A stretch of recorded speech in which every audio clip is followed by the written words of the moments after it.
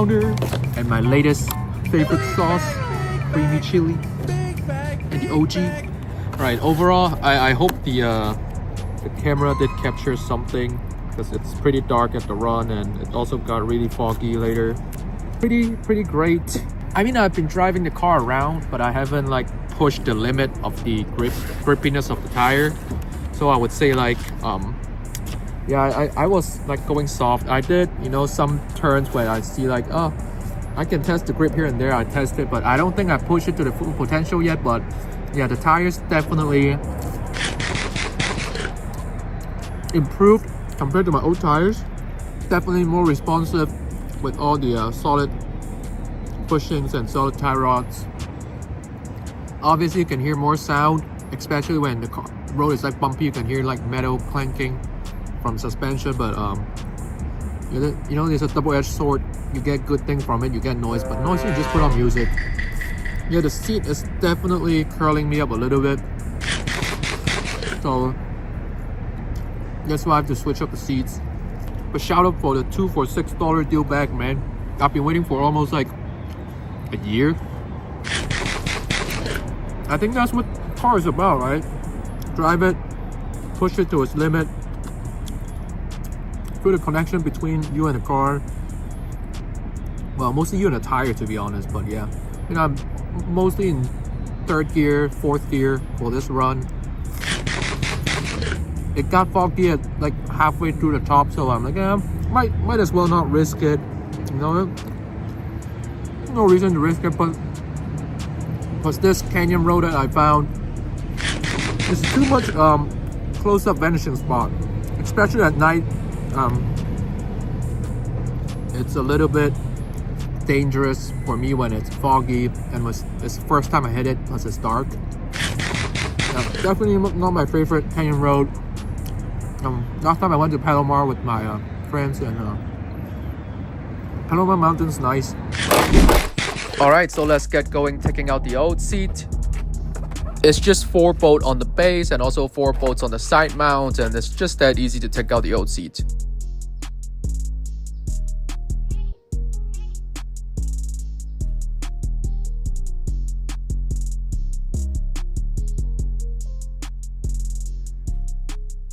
Alright, so what's the biggest difference between these two seats? I've tried to get these two motherfuckers off my seat, but I'm giving up.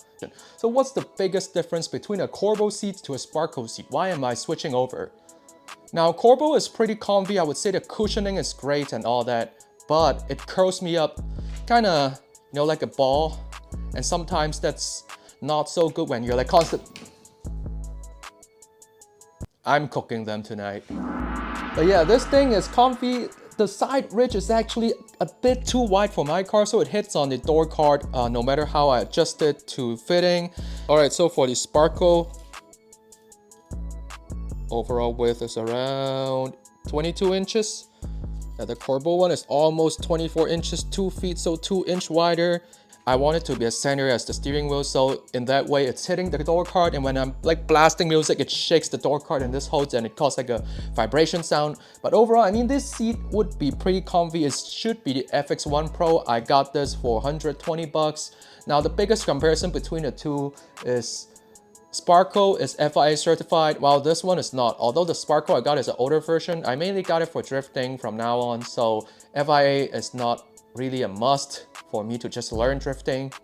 But overall construct of two buckets is pretty similar overall, I would say. Sparco seems to be more bulky in the corners, while this one is more like rounded off.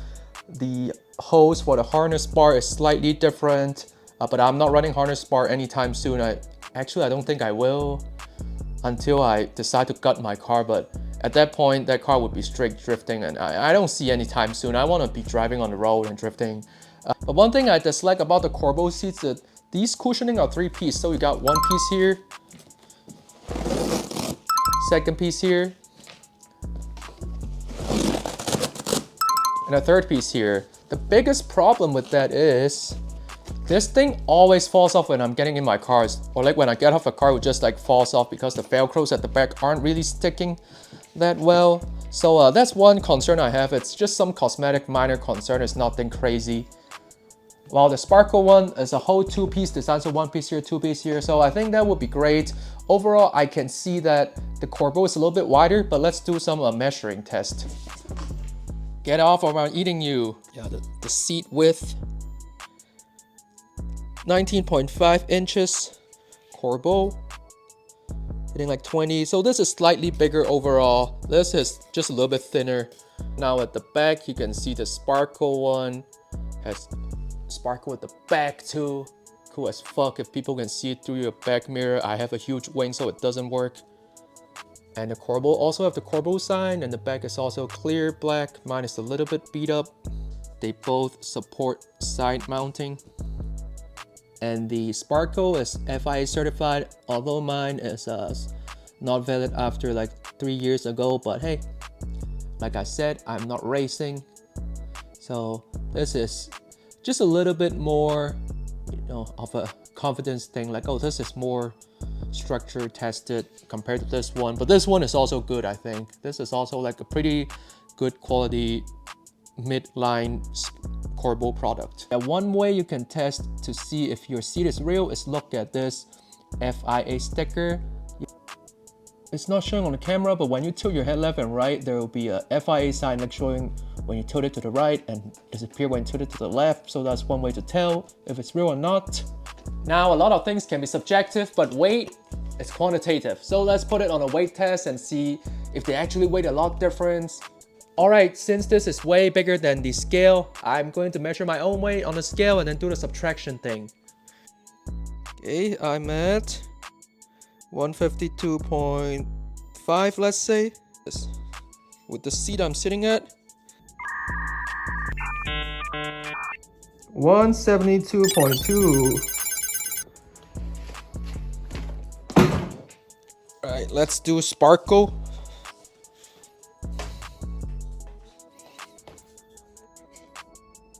Alright then, let's throw this in the car. Sparco time, I'll finally be DK. So putting it on is just reverse of the process, just putting in the bolts on the side and all that stuff, nothing too crazy. I did find the mounting hole to be slightly lower on the Sparco, so you might sit lower in general. Might need to get a Sparco brace, but we'll see.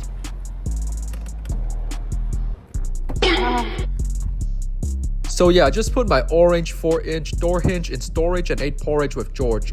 Oh yeah, speaking of door hinge, our friend at VQ Plug just sent us these new upgraded 350Z or G35 door hinges. These are a lot chunkier and I believe it's actually a Qrt-R version.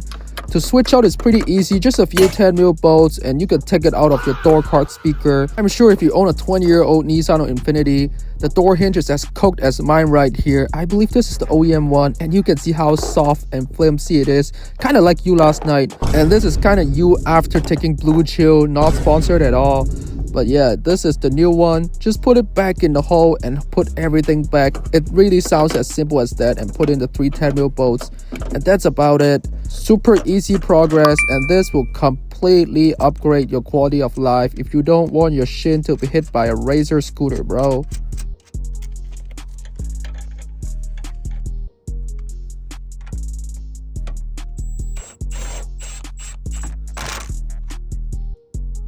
So let's do a quick test. Right after the installation, you can see the door already stays completely open.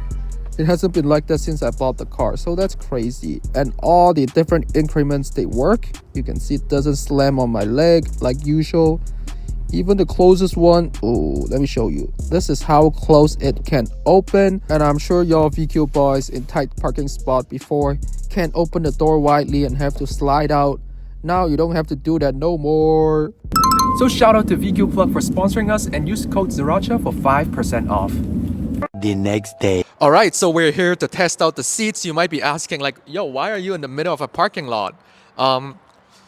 You know, testing out the seats, there's only two ways. One way is testing it actually on a drift course or on a track where, you know, it shakes around and, you know, just to swing around and just test like how it holds you into place. But I don't live anywhere close to a track. The closest one is like 4 hours away. But there is something we can do about these Sparco seats. You see how these Sparco word just stays on top and pretty much visible from the window side? I think you guys have watched Tokyo Drift, right? If you're like a 350Z fan, you probably know a little bit about Tokyo Drift at least. Or the owner of the 350Z in the Tokyo Drift, which is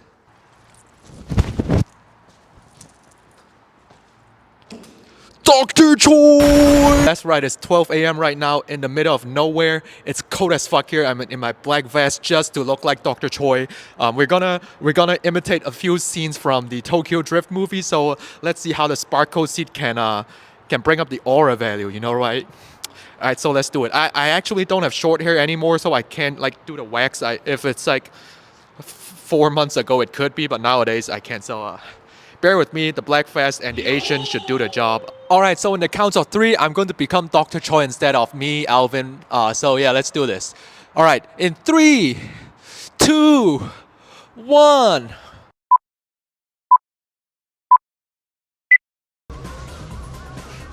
Easy to sound cocky, you ain't got no ride. Take mine. That's right. What? I want to see what the kid's got.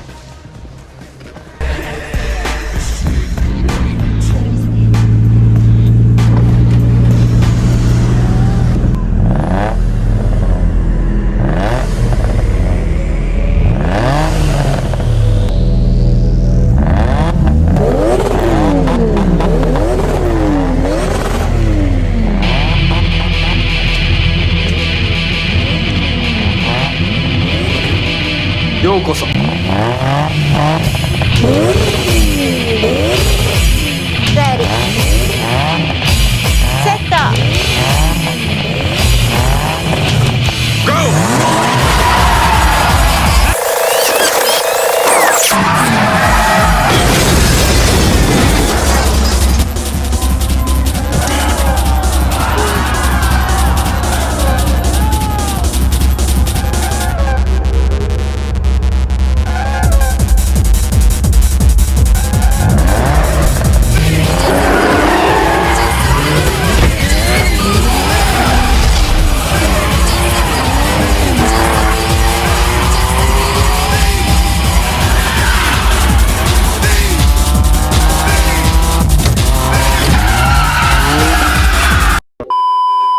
Nah, bro, for real though, I'm not trying to get arrested on camera, so that's all you guys will see tonight.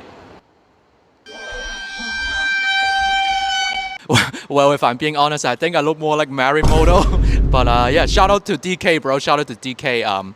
Yeah, cool seat. I was gonna do like a whole canyon run about it and like show you how snug it fits to me in a canyon run. But I've been just lacking the motivation, as you can see on my YouTube channel. But yeah, I mean, I do got plans coming up. Those do take a while. But yeah, you can see I probably started sim racing on my Instagram page. That will be one of the episodes soon. So yeah, yeah, thank you guys so much for watching this time. I know it's not really such a practical video or much tips overall. It's just putting a bucket seat in my car, replacing my old one. But I have fun filming this part. So yeah, yeah, I guess this is the last video of this year. So Happy New Year, guys. And I'll see you guys next year, 2026. Peace.